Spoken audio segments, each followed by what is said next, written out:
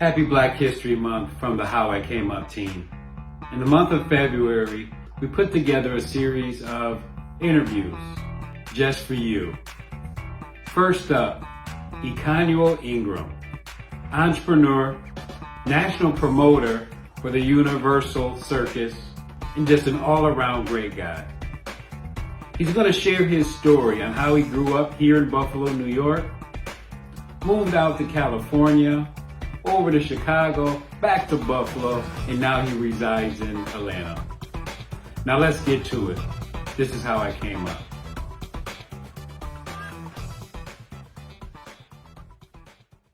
Econuel Ingram, and I'm from Buffalo, New York. Well, we worked hard.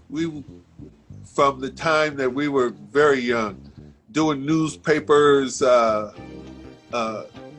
taking bottles to the store, whatever we could do to get some candy money, or, we weren't afraid of it. Shoveling snow, going to Sattlers at 998 Broadway and bring people's groceries home. All types of creative ways that we as a group, my family and my friends and neighbors, we all had a very close-knit community coming up. We were competitive. My brother Fred and I are a year apart. He went to Emerson, and my brother Charles went to Emerson. He's 2 years apart from me. And so we only had like a pair of Converse.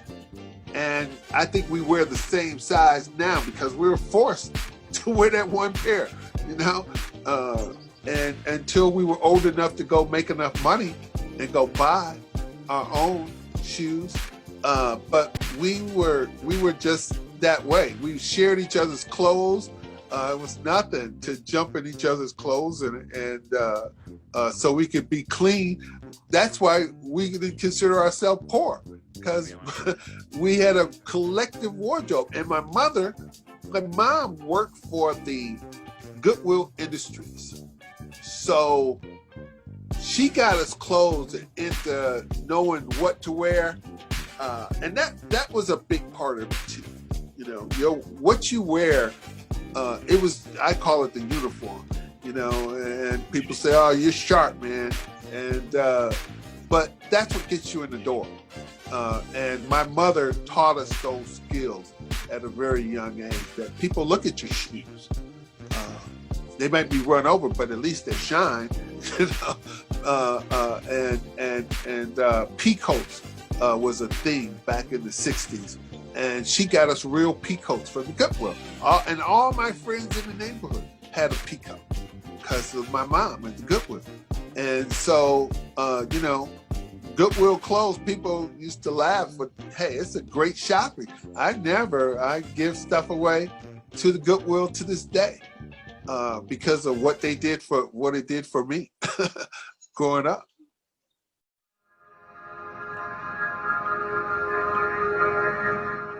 Joined by Benny the Butcher.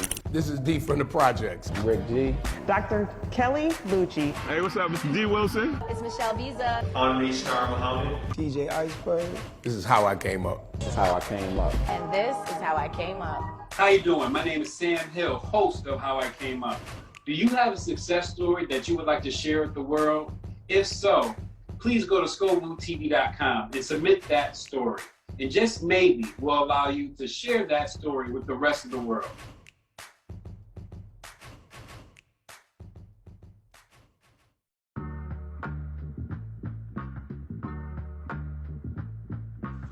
Jerry Bledsoe, Jerry B was his radio name.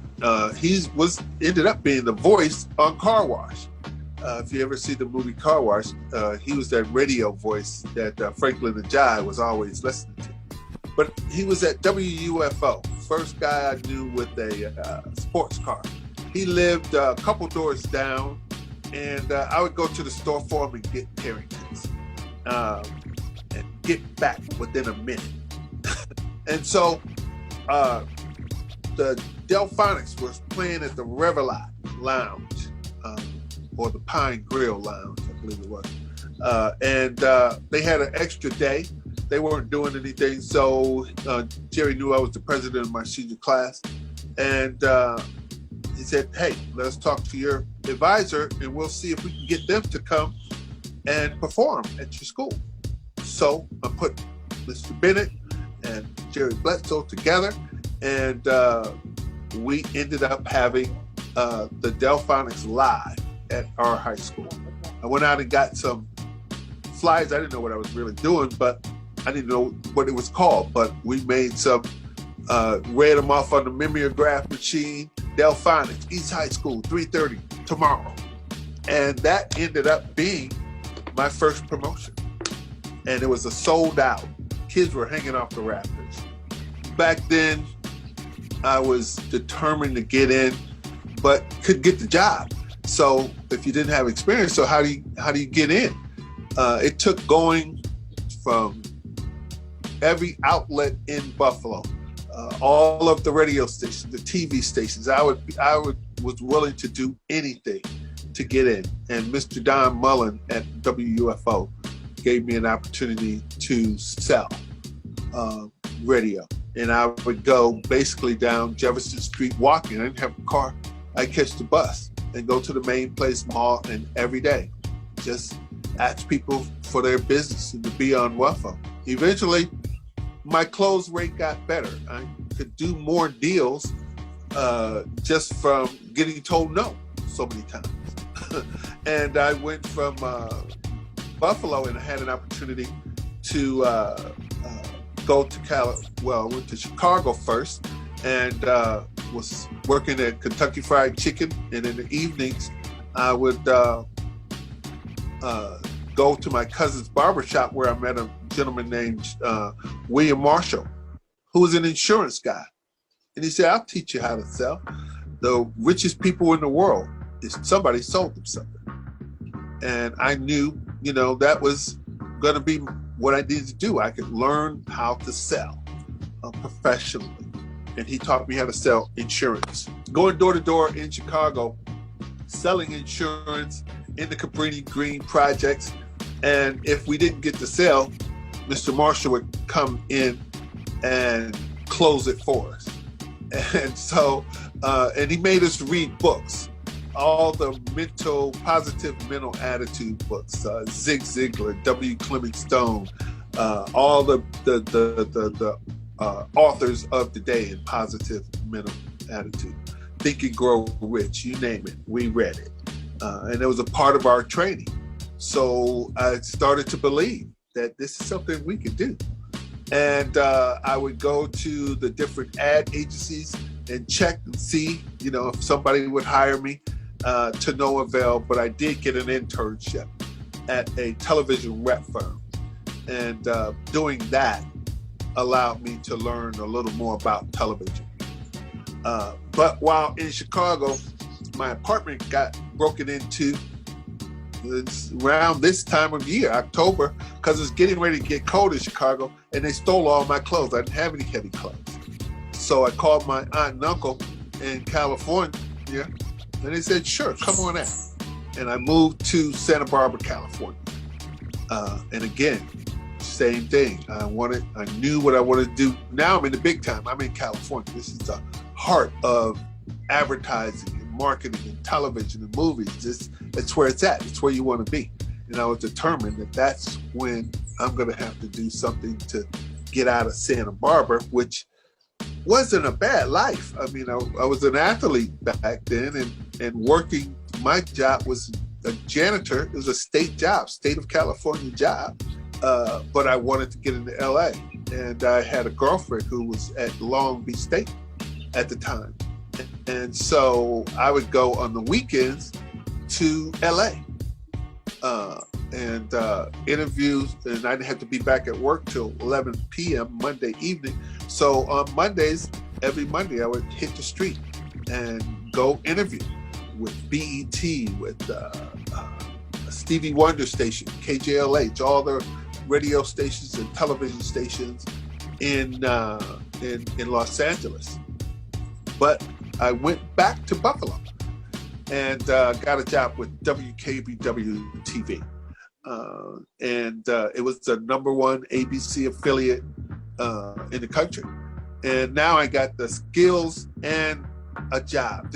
I'm on my way. I got my first opportunity. And after the 18 months, though, I didn't get a permanent job.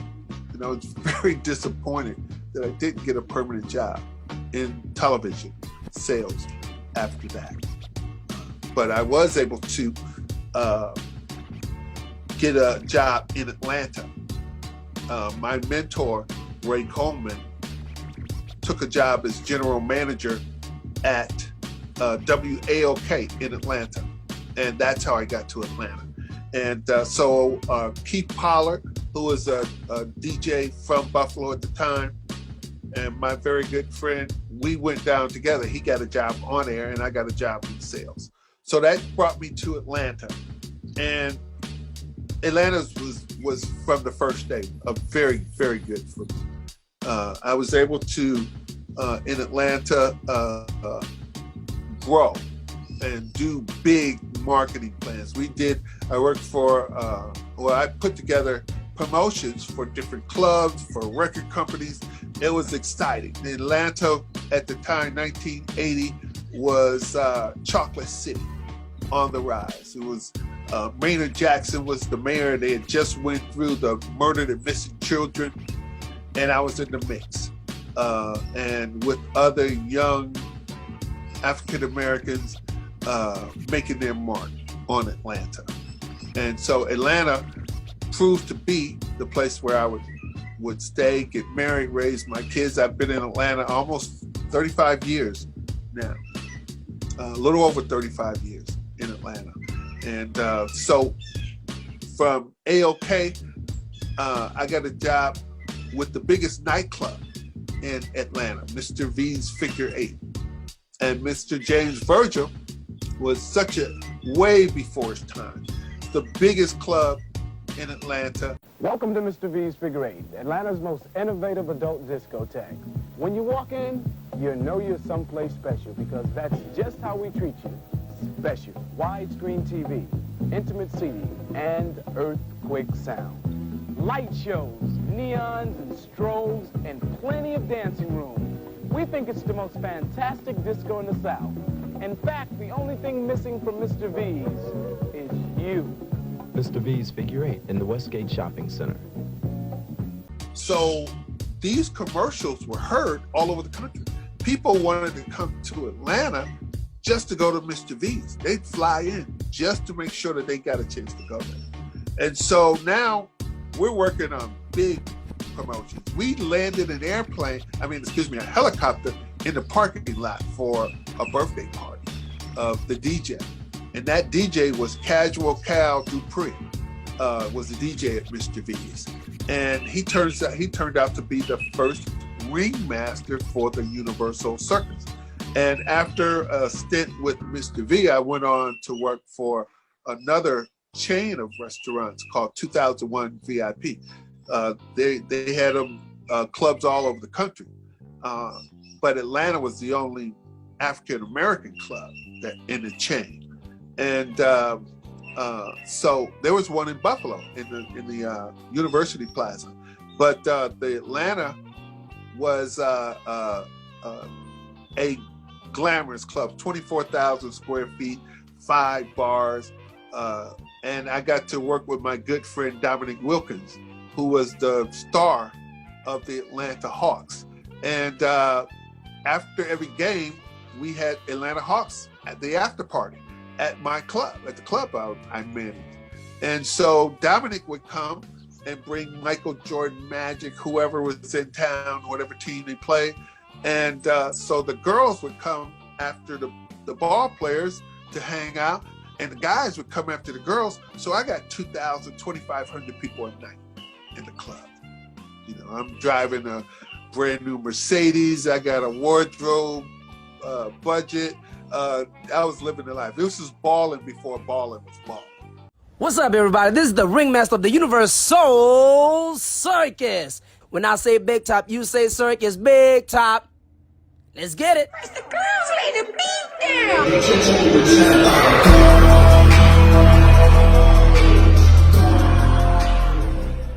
when we started the circus after a brainstorming session and came up with the name, the Big Top Circus was the name that we came up with. That was the original name of which became the Universal Circus. And we couldn't give tickets away because no one believed there was such a thing called the Universal Circus or the Big Top Circus. So we played for a week or two. We couldn't get the news to cover it. And finally we got a news reporter to come out and cover the show. And people believed it and they started coming. This is like 2-3 weeks into playing. And so we played for a month in Atlanta. And that was the end of the tour for the first year. And then the next year we did 4 cities. We did Chicago, Detroit, New York, and Los Angeles. And so that started a 25-year on the road tour for me. We're the only African Americans doing what we do. So it was a sense of pride. And so we were creating a whole new way of selling shows, live entertainment. And that was one of the marks that we made on African American culture, is that it was no accident. We put subliminal messages in, we put gospel and hip hop and soul into the show. And that to this day, that's still the essence of the Universal Circus.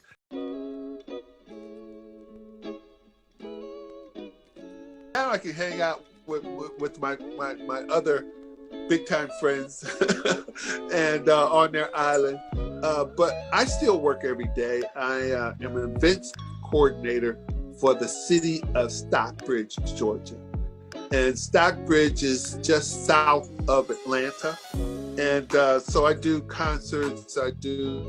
We have a conference center that does book weddings and family reunions and stuff like that. And then we have an amphitheater coming online this spring, and I'll be working on booking shows at the amphitheater. As long as I'm healthy, I like what I do. You know, that's why it's not work to me. But I want to help. Now I've been feeding the homeless for maybe 10, 12 years now.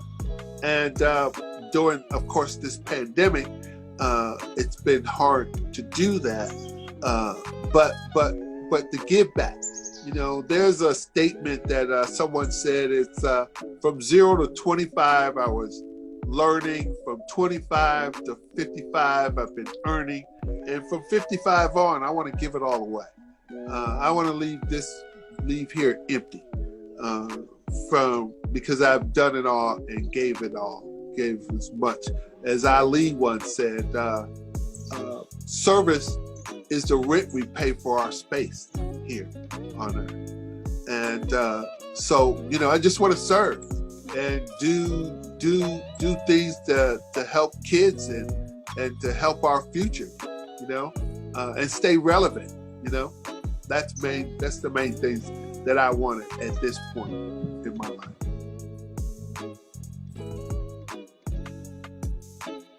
Yeah, family is everything to me. My sons, I have 2 sons, and they're doing well. Family was everything. My wife, I was so blessed to marry a girl of my dreams, and been married 35 years now.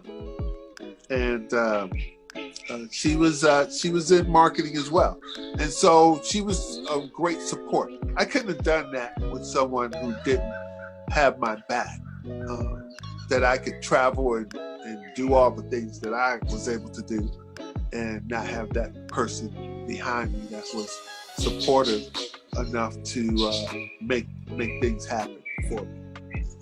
My name is Econuel Ingram, and this is how I came up.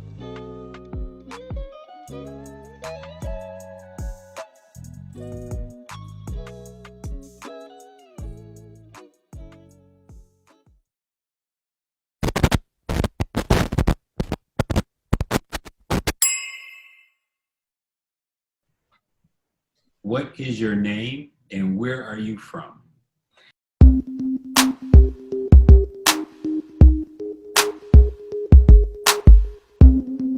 Hello, my name is Sam Hill. I'm the host of How I Came Up. How I Came Up is a platform for our entrepreneurs and professionals to share their successes and their struggles. And hopefully, they'll give us some tips to success. Now let's get to it. This is How I Came Up.